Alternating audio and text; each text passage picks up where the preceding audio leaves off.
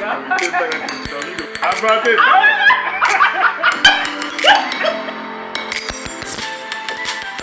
What? Welcome, my MFs, my Mr. Family. Welcome to Mr. Family. Welcome back to the Mr. Mrs. Mr. Podcast. Hey, man. So the MFs, these are our MFs. Yeah. MF. We got Jowa Horn with us again. Of course, you know who we are, Mr. and Mrs. Mr. We jumping back into part two, a divorce story from a man's perspective, never heard from before. At this point in time, we've been talking about the top 4 things that are 90+% predictors of divorce. I'm gonna run through those top 3 real quick if you just joined, and go back and listen to part 1. If you haven't listened to this, hit that subscribe button, like button, all the other things before. Ooh, pew, pew, pew, pew, all the other sounds. We're gonna go through those real quick. Number 1, go down. Criticism. Have you been criticizing your spouse about talking about them, not the action they're doing, but who they are as a person? So I would say that was in his marriage, what led to divorce. Contempt. Have you been in contempt wise of really jumping into that space of there's a level of disrespect that you giving that person that you wouldn't give nobody else? You hate almost to an extent. Number 3 is defensiveness. Ooh. When you get defensive, we talked about, Dana was talking about with the daddy issues, and John was saying that sometimes that your fist ball up like this and clench up to an extent. You get defensive when they tell you something. We talk about, at that point, and we're talking about number 4. Number 4. Number 4. Let's go. Number 4, and it is stonewalling. John Gottman's number 4, stonewalling. Let me break that down. Rather than confronting the issues that you have with your partner, folks who stonewall can make evasive maneuvers such as tuning out, turning away, acting busy, or engaging in obsessive or distracting behaviors. Maybe they're going drinking, maybe they're going out, they partying all the time. And so they're stonewalling their partner where if you ever ask them something like, yes, and you tune out, you check out. She tuned out on me. You check out. She did. When did you see her? I used to call her. I was at work. I say, hey, how you doing? She's like, all right. I'm like, what's going on? Send little quick responses or not. Nothing. That's really how engaged. I knew there was like, right? Nothing really engaged. I'm gonna be honest. Mm-hmm. The Lord told me what was up. I was asleep one night and I had a dream, and he said, hey, she got somebody. Oh, so see, I always been close to, even though I'm a mess, I always been close with God. Respect. And God, if you're close to him, God still use you in your mess. I believe that. Yeah. So one day, and now listen, I want to say this, women, y'all can hear this. I am not mad at her. I understand why she did what she did now. Because looking back, I was not a full husband. How y'all like to say it in the South? Husband. All our South listeners, all East Coast, West Coast, across the world. I get it. She didn't feel like I could hold it down, right? So I'm not mad at her no more. I kind of get it. I was like, that Jowa, I would have cheated on him too, right? Right? I would have. Listen, I know I still have my quirks. I don't open doors. I don't like, hey, boo. I remember my daughter went on a date with this boy and he opened the door. I said, okay. She got a good one. I don't do that. That's a key.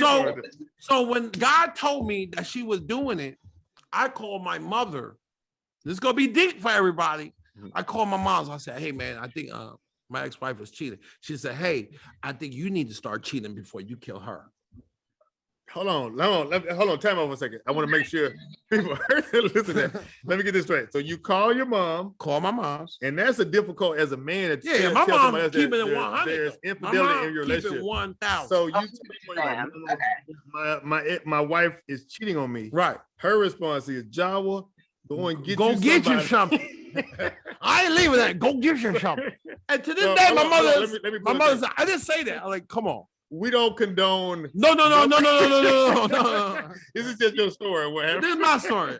I want to sidebar. With my mother. Like, the Mr. and Mrs. Podcast told us, go out and cheat, go get you something. We did not say that. Go get you a sneaker link. Get you a sneaker link. Not sneaker link endorsing anybody to get this thing down. But because of my mother's advice, and that's that. What you said? What was the 4th thing again? Stonewalling. Where the stonewalling. Yeah, she checked out on me. And that's how I knew she was doing what she was doing. Right. That's what's one about the warning signs of that. Of like you can feel it. It's a feeling, right? You say, hey boo, what's going on? Nothing. Hey, I'm going out. I don't care. So it was no, it wasn't the same energy. He or she's cheating. It was before. It was no. He or she is have somebody, or they're talking to somebody in the inbox, or they're talking about somebody on Instagram, and they making her feel better because guess what? You're not at home. You at work, 2 jobs. She's, you know what I'm saying? And you know, he passed her, he giving her a little money. Something like that you missed before. You're gone. Dana brought this up in the 80-20 rule on a past podcast. So go back and listen to all of them. Right. So you can find out when she said that. But in terms of like, that was the temptation for her then of like, okay, if Jawa's not here physically, maybe somebody else. And we always talk about this too. I always say like the devil's busy. I'm trying to present something that you don't actually have in your partner right there in somebody else that entices you or the other person to come over the other side.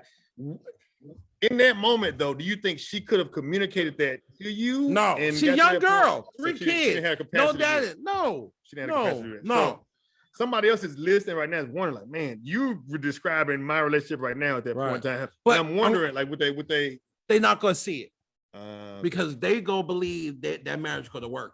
They're not gonna listen to nobody. And I'm gonna say this: don't give nobody a marriage advice because they ain't want to hear it. Okay. Unless they want to hear it. That's what I wanted. So that's why domestic violence is so bad because you can like he's not good for you. She's like, so what? You know, I still love him. It's hard, man. Yeah. People don't listen to people. Kids being involved too. Right. I'm thinking about what you're saying too about my kids. I don't know. I'm gonna say this.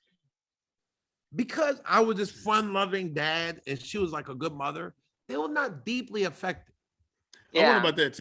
Like, did you guys ever have a conversation with any of the kids specifically? Like, I think they wanted us to be apart. We was yelling at each other. They're like, go away. I asked my daughter one time, I'm like, you want me and your mother to be together? She said, no. You're fine. You're fine. No. We don't want this. But the kids in tune with God too. Like, you know what? Maybe they're not the best. Yeah. Stonewalling. Yeah, Stonewalling. Yeah. Has affected my whole life because I'm sensitive. I'm triggered. Now I'm listening to Stonewalling. So I'm talking to a girl. I'm like, what? Okay. So then let me take away because I'm gonna say my divorce, and I hate to say, my mother and my life has affected my whole life. So I'm gonna tell women when you meet a man, you gotta ask him, hey, what you been through? What's your trigger? Same thing. Both sides. Yeah. What's your triggers? Yeah. What's going on? You know what I'm saying? So, no, but one point I want. But Joe, before he goes to that, something that Joe, I want you to mention that you said right before we was on commercial break. It was something that you said that was so profound. You said that. What did you say? You said something about like. What did he say about? Fathers. Okay. Yeah. I've been talking about this my whole life. Speak on that for a second.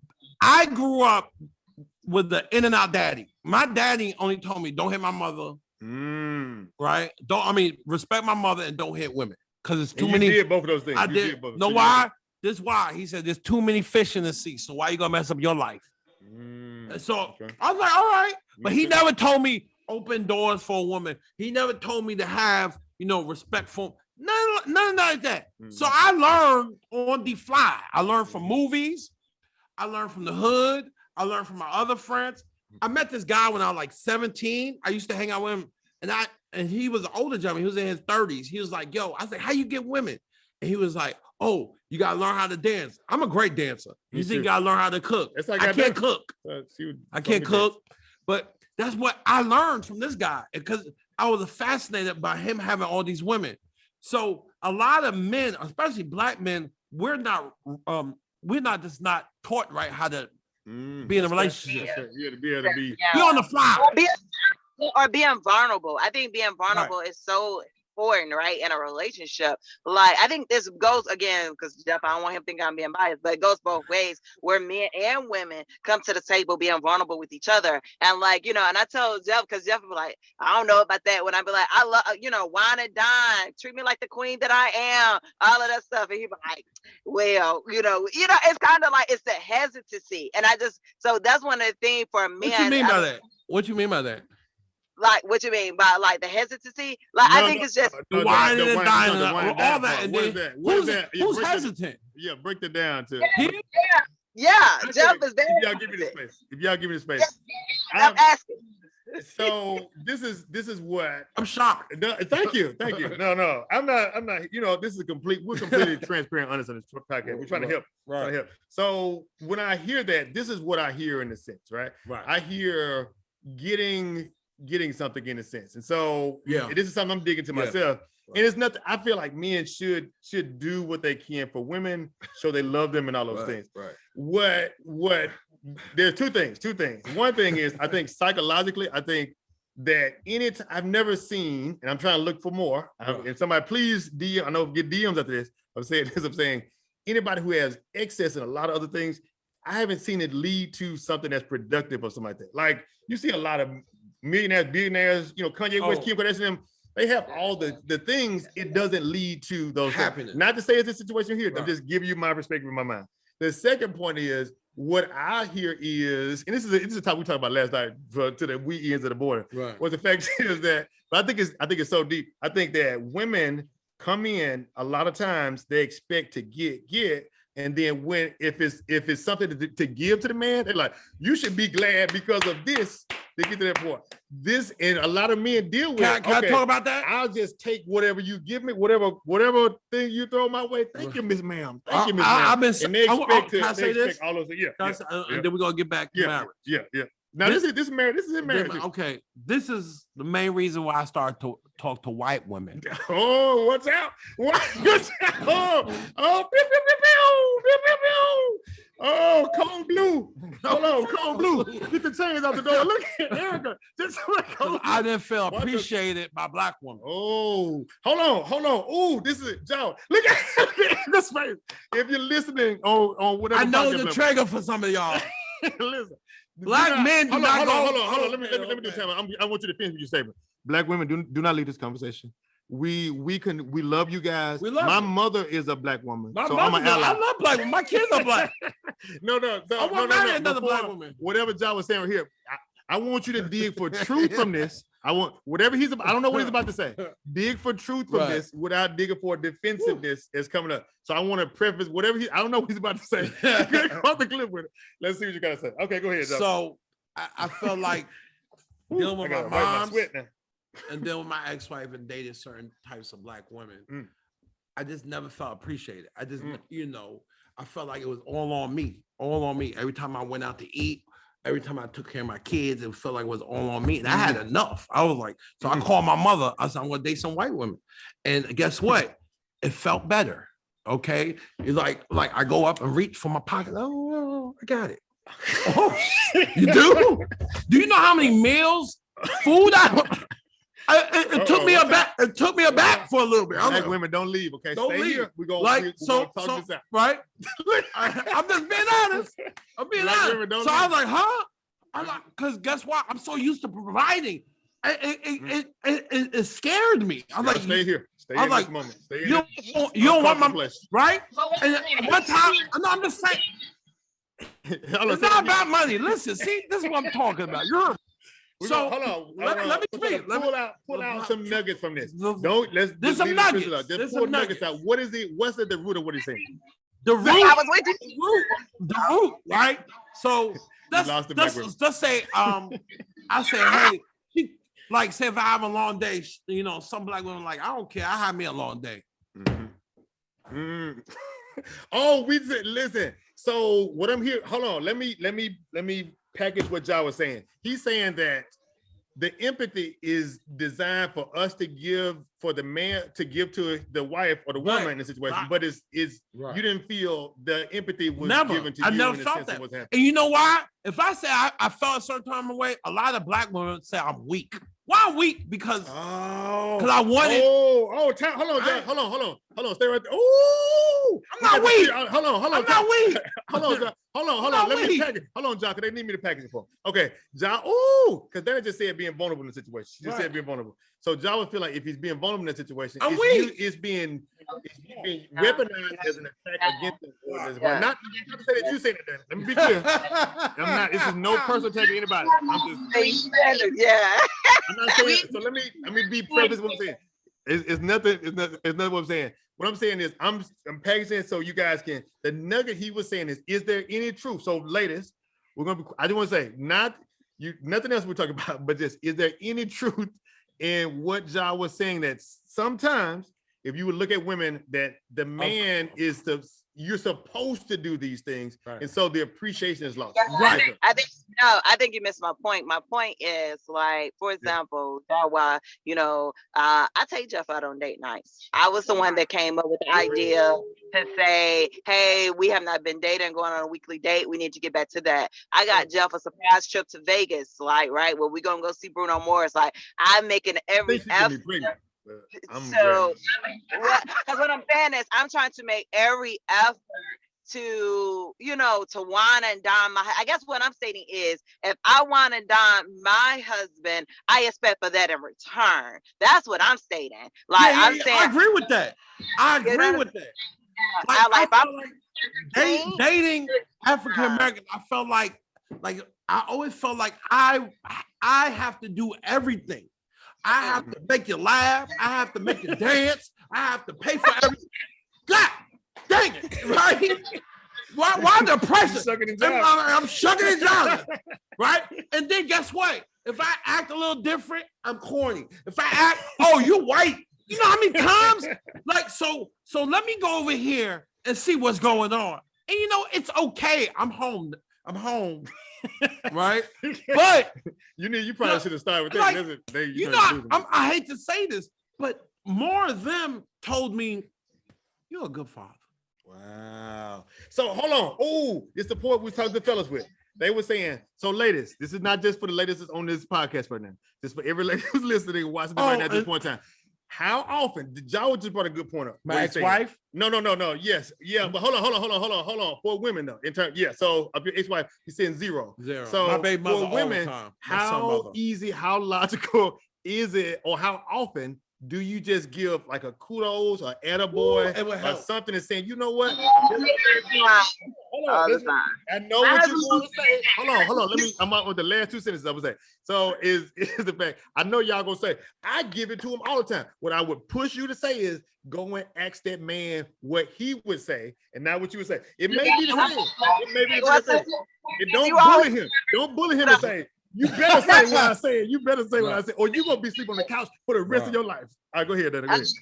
Yo, since you on here, Jeffrey, please speak. Please speak. I want to hear your thoughts. Okay, what, I need to hear the question. I'm not keeping 100. So my thing is, I'm not in a house with you right now. So you tell me, how do you feel words of affirmation? I know that's one of your love languages, words of affirmation. So we did the love language test. Go to the love language test. Go watch the episode back on love language. What do you feel like? How do you feel like I respond to you? How do you feel? How you feel? Oh, respond to you saying what? Like words of affirmation. How do you feel like I do in that department with regards to you? Oh, okay. You put me on the spot. Yeah. This is on the spot. Put the mic on to make it hot. I think, let me see, in terms of words of affirmation, right? I think that you give me words of affirmation. I think the positive moments are in times of, I'm trying to think what comes to mind specifically of like say when you go to Detroit, right? Yeah. I'm not gonna lie to you. There's plenty of times I'm a straight man. I want to go and get your egg inbox and says, "Hey man, you're killing it." Appreciate that. You know what I'm saying? Appreciate that, bro. And I'm thinking, does his wife think that? Because I think he's killing it. Thank you. He don't have to go to Detroit with them. Thank you. Right? Sometimes this is what I say. Sometimes that's why I want. Sometimes I have developed, and this is something I did before in college. And this is going back when we talk about growing up. In some way, I found that like I'm kind of independent in those things of like, you know what, just in case I don't get it, I won't be broken in a sense. So I try to get out of that to be open enough to receive to kind of get those pieces. Right. I think when you've done, you know, solid things for a while, it's like if somebody came up and the only car they had was a Tesla or a Benz or something like that, right? They had a great vehicle, they had heated seats. Right. And I think because we started out so young, we got married at 23, 22, that we didn't have a lot of things. But you had a father. Yes, I respect Leah Mister. Great job, great father, great husband in those places that showed me an example of what to do, you know, rest his soul in a sense. And so to answer that question there, I think you do a great job of like being with the, you know, telling the kids like, you know, your dad does a lot of those things. So you do a lot what of things that she don't do that you feel like she could do better? So affirmation. That's what she want to know. Oh, that's what she want. I know where you're going. I don't know. Let me hear. What you saying? You want? Jowa, yes, that's right. Yeah. Okay. You say he's trying to. I don't guess anymore. I ask specific questions. I don't guess it. That's a lesson for the young bucks to get married. I don't like guessing either. Because you could be wrong. What would even help her fill my tank even more would be the fact of things that can become standard, like heated seats for a car, like the things that I'm able to support and do those things for that go past, or like I will watch, I will do anything in the house except for she gonna say mopping the floor, probably like that. But every other thing in the house, I'll try to do. I don't like mopping. And so you mean either, but if that's the one straw that'll hold us back, I'll get the mop out. But what would help is just like you said, of just seeing things throughout the day, of doing the same things she see in the kids and giving me some of those things. So like the kids can walk past and they can be like, "Hey, mama, I just peed all on the floor." They'd be like, "Okay, come here, baby. Give me a little sugar. You so cute. You so beautiful." Right. And they don't have to, they could be at the worst position ever in life. And they could be, "Mama, I just burn the house down. But look at you, so handsome. Come here, little handsome little thing." Right. And I think many times for me, I have to do above and beyond to kind of, you know, get some of the same things. To get those things that come up. But I'm gonna tell you where it comes from. You know why she's not like that? She got daddy issues. And she's named that point to where listen, my ex, I didn't realize that. Yep. My ex-wife was not affectionate and loving because she didn't have nobody never hugged her. Nobody never kissed her. Nobody said, "Hey, beautiful." When you had your kids, though, you made sure I want it for me, for my kids. Right. But that's what I do with my kids. Oh, yeah. Sometimes I'm gonna say this. I'm gonna say sometimes that don't work. Know why? Because I was not home every day. And so my daughter, right? So she just called me this week and said, "These boys think I'm toxic." I said, "No, you're just hard to deal with." Your whole family. Hey, kids. Hope y'all listen. You're just hard to deal with. And she had affection. She had love by me. Yeah. But she didn't have it from my mother. It got to be double dose. Sometimes you know what? Being around her and seeing her, and I realized they're all the same. That's what I'm saying. So and it goes back to Dana's first point of I don't mind doing everything to kind of help get those pieces up. Is trying to find a balance of, like she said, this is, I quote, let me read the quote down. Nobody will ever say I'm not a good mother. You can say I'm not a good person. You can say I might not be a good wife and all those things. But it goes back to what we talked about from the beginning. I just, in my plea, my humble plea would be like, I just want some of that same energy toward the wife's husband side to get that point. And so their response was, "Did you come out of my stomach? Did I was like, I can't. That's impossible. We don't get it. But that I don't know what I want to get you a chat. I want that love too. You want the love. And that's what caught. Look, I'm gonna say this. You know, a lot of black women get on me for dating white women. But you lost them again. Black women. Listen to this. But listen. What is Mr. talking about? That causes a man to dip, and he finds somebody that's going. He's looking for somebody that's going to be like, if that man, well, you're good. That you know what I'm saying. You're right. You okay? How you doing? How you feeling? Right? They weren't women. Please correct me if I'm wrong. Women, and we y'all can't be hard all the time. Women, especially, and I love my sister, raised to be great mothers, and not necessarily great women, independent boss chick. I'm gonna be a boss. What you know? Right. Well, I got INDEPENDEENT. Do you know what that means? But it's not a lot of things to say. You know what? Let me show you how to serve that man to where he's filled as well. It is just like y'all said, happy wife, happy life. As long as I'm flowered and loved on. If I get a little energy left for you, I'll give you a little something. But I'm gonna say this, and I'm gonna leave it alone. I do believe it's double standard. Let me tell you why. I think it's double standard, and I'm gonna tell you why it's double standard. Because as the man of the household, now we want to talk about Bible, right? We want to talk about biblical. You are the leader of the household, right? So you're supposed to lead the household. If you putting in the work and all of that stuff, that wife will glean up, right? That wife will start a reciprocated. What she doesn't. I heard that before. I heard everything that you posted. You posted. Golly. But first of all, I'm a black man in America. I got to deal with leaving this house. Hold on. They don't want to hear black women. Black men and black women have to deal with trauma outside the house. So no need to go on the whole epilogue of that thing. Continue. You trying to say? He's saying for black men and black women, we deal with trauma, we deal with the other things, we deal with outside, we deal with implicit bias, racism, all those other things gotta go. So that way, no need to correct y'all. No. I understand. But the point go ahead and get to the point you're trying to say. Listen, I understand that we're men and we're supposed to hold it down, but every man is not built to hold it down. That's why they die. That's why we died. That's why we die. Because you want all the ladies in my family have lived to 80, 90. And the men died when? My dad kicked buckets at 6. You heard me? Drinking the pill.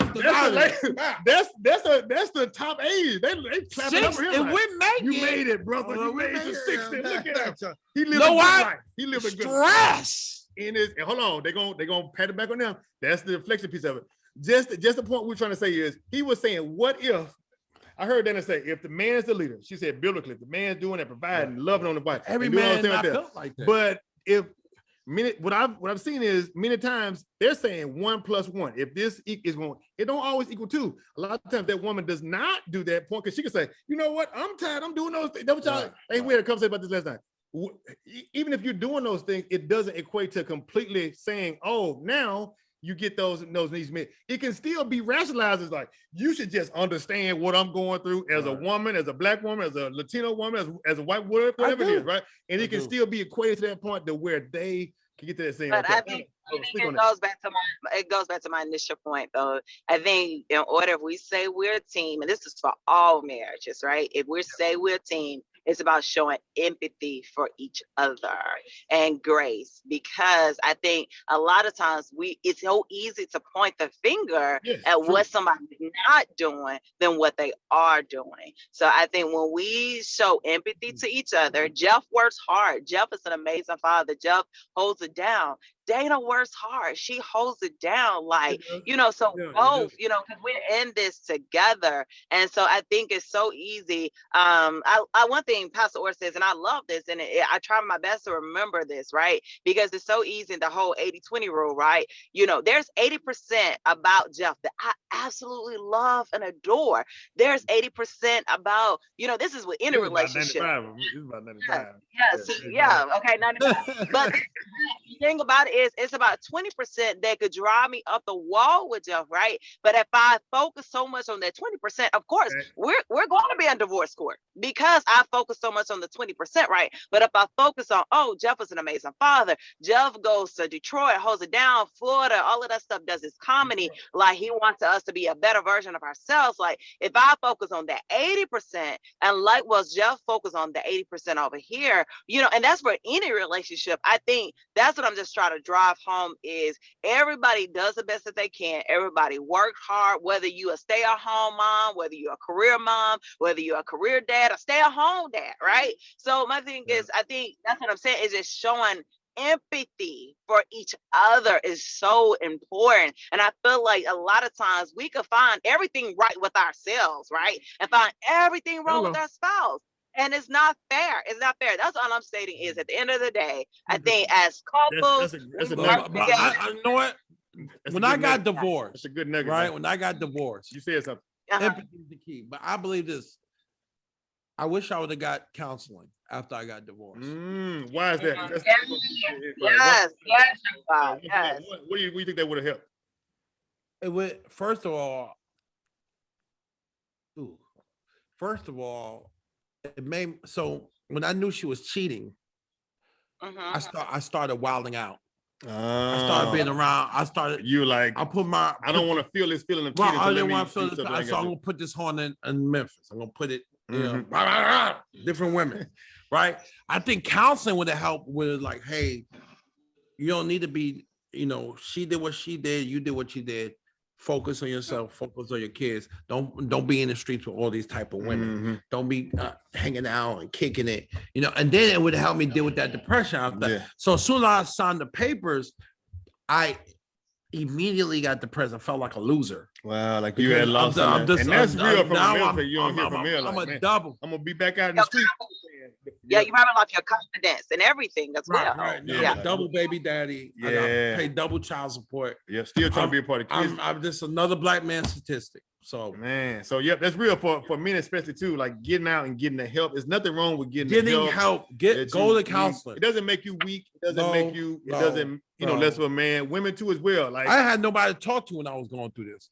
Nobody in my family never got married. You know what I'm saying? So it's nobody that could relate to that. Women too. That's one thing I do like about what y'all have. Like women be like, girl, come on, let's get some wine. We're gonna go to Soulfish. Yeah. We're gonna get with it. Men don't do that. Men, we're like, bro, you all right, y'all? Come on out here. Let's go to hit a set tonight. What you need, man? What you need to get back out and get on? You need to get up on these little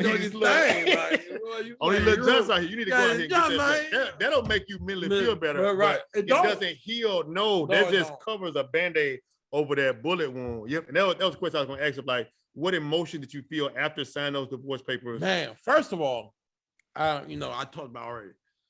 I signed a lot of divorce papers. It must have been funny. They was like, "Do you want your child on Martin Luther King Day or whatever?" I was like, "Look, we." So I'm gonna tell you something. We had a beautiful relationship. We had understand. I pick them up every other week, and then my ex-wife was trying to finish college. So I used to take my kids to school. I did anything she wanted to do because I know if she succeeds, my child succeeds. Again, I think I'm 31, 32, 33. Yeah. I'm a young guy. And I just felt a loser. But the main thing, the divorce papers. The main thing after divorce, I signed like 50, 60 papers. This is why I'm goofy. And this is why she don't like me. When we found out divorce papers, they asked me how many years I was married. I said 7. She said, no, you were married 8 years. I said, she took a year. She stole my life. Goddamn devil. We got divorced 2 days after Valentine's Day. We got 2 years. But I'm gonna tell you something. You coming up on on another anniversary, baby. Hey, after I went to the strict. Listen, I'm a summarize. Then the church. But I'm gonna tell you something. I'm gonna tell you to help anybody to get divorced, right? If y'all get divorced, try to have what's that? Anna. Give me the word. Give me the word. It is amicable. Be amicable. Yeah. If y'all have children, like, hey, get them on the weekend, right? Yeah, so both parties figure out the money. Leveraging the key. I'm gonna tell you, if a man's getting divorced, I have the money. Men sees money as I don't want to do it, but really, the money helps. Think about it. That 400 ain't nothing. She gotta pick up her kids. She gotta do this. She gotta get clothes. She gotta pay rent. For sure. But that's when a lot of times, and you hear people say, marriage is a contract or something at that point in time. Right. I think it's a spiritual union at that point in time. But a lot of people use that as a reason of saying, now I'm trying to hold on to as much as I can personally myself and keep it away from the other person that's a spouse. Closing out is just thinking about if because our mission is to keep as many folks married happily and working through many problems. The same thing. Which would you say? So I meet a lot of young couples out. Yeah. So what is one or two things that you would say if you could go back and you could go back in the future, you could get in the time machine? I just be honest, I don't think we should have never been together. Okay. So I'm not going back there. I'm not going back to where Marty went. Yeah, back Marty, into 1986. 1986. No. He went to 1956. Okay. Yeah. I'm not going back. I'm not going back. I'm going to say this. This is my number 2 rules about keeping a marriage together or relationship. Number 1, remember what kept y'all together. What was it? Was it movies? Was it going out to eat at a certain spot? Is it jogging? Kissing for us. I said that you gotta. I be wanting a little tongue on mine, a little something. Oh Jesus! But that you gotta figure out what keeps it going. And number two, have balance. Don't be like, this is mine, this is yours. Have balance. This is the pie. Yeah. Let's figure out the pie. Because you got a lot of distractions now. Yeah. You got to figure out, this is the pie. How we going to figure it out? How we going to be together? But the number 1 thing is always remember what kept y'all together. Yeah. When you lose that, it's over. 3 things that gets people divorced. Number 1, you can get it back. Sexual. You can get it back. If either one, not doing it. Right. And every month, you're like, hey, baby, let's do it. And they go like, nah, I'm good. It's over. That person might cheat. Number 2 is finance. Hold on. I want to say it don't have to be over. Y'all need no, it's over. It's over. You saying it's done? It's done. They do it one time. No, more than once. Months and months. He or she. You build resentment. Right. Yep, and it does open the door for other people. Number 2 is finances. Oh yeah, the dollar chunk get your finances right. And number 3 is family. I'm gonna say this. I hate, and this is gonna sound wrong. I told this to my daughter. Don't date. I told this to my son. Don't date or marry a woman who have family issues, because they're gonna bring that junk on you. I'm not talking about kids. I'm talking about that. I hate to say this, daddy issues or stuff like that, because that you get it every day. You get it every. I told my son this. I told my daughter that, because guess why? They are hurting, and they're gonna bring that hurt to you. Yeah. Yep. And that's That's true. You can get into it. I sound like a bad guy. No. The white woman, the daddy ass show. Who is this? I agree. I totally agree with you saying. I think that there has to be something of, when you first met somebody, right? You give them you would do a lot of stuff that they asked you to do, even if it wasn't a part of your regular routine. I love this conversation because Black people, we don't talk about this. We don't talk about this like, at all, man. We are afraid of the truth. Yeah. What is so bad about knowing, like hearing the truth, knowing the truth? What is so bad about that? What is so bad about that? We don't get taught the truth. We get taught to have fun. Live it up. No doubt. Marriage too. I think we come in with unrealistic expectations. So you mentioned, saying y'all have problems. I think like we're trying to be as upfront as we can on the issues that we have, to open the door for other people of like, man, somebody else is going through the same thing we're going through. So that's what we try to do on other episodes too. And so if you have not, make sure you go ahead and continue to follow this process. But this has been fun. Saturday. This has been fun. I gotta come back. You said, Jowa, we always close out with what's one thing you're taking away. Dana, we're gonna start women first. Working on stroking, sharing more words of affirmation for significant others. I think that's important. Yeah, I was about to say stroking ego, but then I was trying to change my words up. You learn it, because you thank you. All right, that's a good job right there. Unless you're talking about another stroking. Now the Lord is the Lord blesses what you stroking. Y'all read the Bible. The Lord blesses what the wife stroking. You read the Bible. Hey. Oh my goodness. What you take away? One thing I take away from y'all is be more kind to each other, like taking each other on dates, share information. Now I can see. I'm a little selfish too. I appreciate y'all. I love seeing black families. I love it. We are trying, man. We are trying. Y'all do more than try. We are trying. Dana's in charge of the vacation. So we said vacation. She is the master. Oh yeah. That is not me at all. I give her all the credit. I took plenty of vacation. One thing I'm taking away is the fact that just continue, which I think this needs to go into another podcast of finding ways, like in terms of accountability, that doesn't sound like nagging. If she comes up, right? Especially if you're giving your man a ticket for the next day, let's say you say, I'm tired, and I'm gonna get a rain check ticket for tomorrow. Here's your rain check ticket, your guaranteed golden ticket to get you a piece of them yams tomorrow. So I hold that ticket. I walk like a child waiting, Will Smith waiting on his father to get out that 18-wheeler and take him on the road. Right. It was right before he hugged Uncle Peter. I hold that ticket. Right. So I'm holding this like I'm going all day, choose to smile at people I don't know to smile at, because I know nothing can stop this day. It's pouring down, typhoon and everything. Nothing can stop this day. I go in and cash that ticket in, and I think it can come off as nagging because of my expectations. So I want to learn how to better communicate in those moments instead of it being like, oh, this ticket says it's good. It says it's good. Let me speak to your manager. Let me speak to a manager here. I want to better be able to communicate in those moments so it doesn't cause strife and it doesn't get me close to the goal that I was trying to get to at that point in time, and it pushes us further away. Or she says, man, it sounds like you nagging at this point. I don't want to. I just want to get what I would like for us to get close to that point. And I want to learn. I don't know how to do that efficiently or effectively to get through that. So what I learned is you can't sound like you're nagging. I don't want to be that way. I want to be able to push that point. And I don't want us to be divorced because I don't want to pay child support to her. And so, so I want to be able to work those situations. Alimony. What you do for a living? Jeff, what you do? That's like $1,500 right there a month, about $2,000. I'm just alimony, house. You gonna be living in a 1-bedroom. I'm just like Future. Look, I'm barely making it. I'm on disability.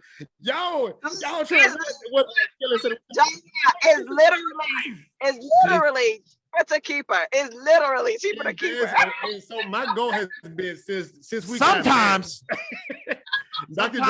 Dre need said, your peace. Dr. Dre said, Dr. Dre said, what he said? Give me that. He said, oh, you need 100 million? Oh, that's it? Oh, you good to go. I'm not in that belief system or whatever. I want to do whatever I can on my end to help that go. And I want to put us at a place, as the leader, as Dana said earlier, for us to grow. And if you're trying to grow as well, I also provide couples coaching, not counseling, but couples coaching. So if you need an independent person that won't take sides, that can add some insight to their situation.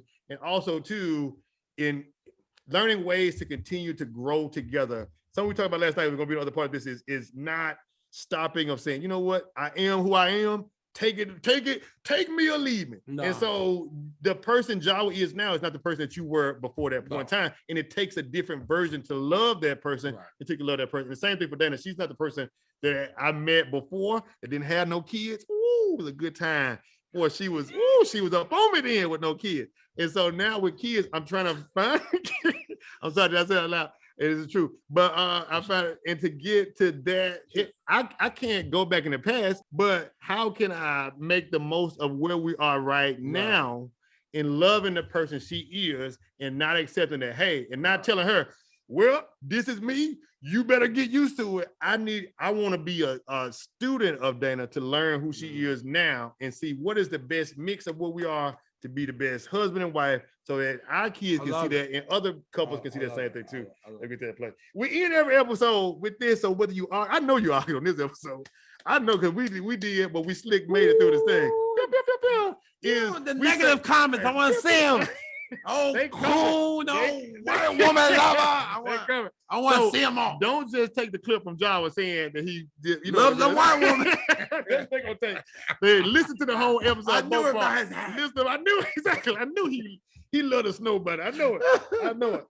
I want you to look at each other. If you listen to watch this point, look at each other, and I want you to say this. I want you to say these three things. It's the Mr. Mantra. These three things. 1, 2, 3. I like you.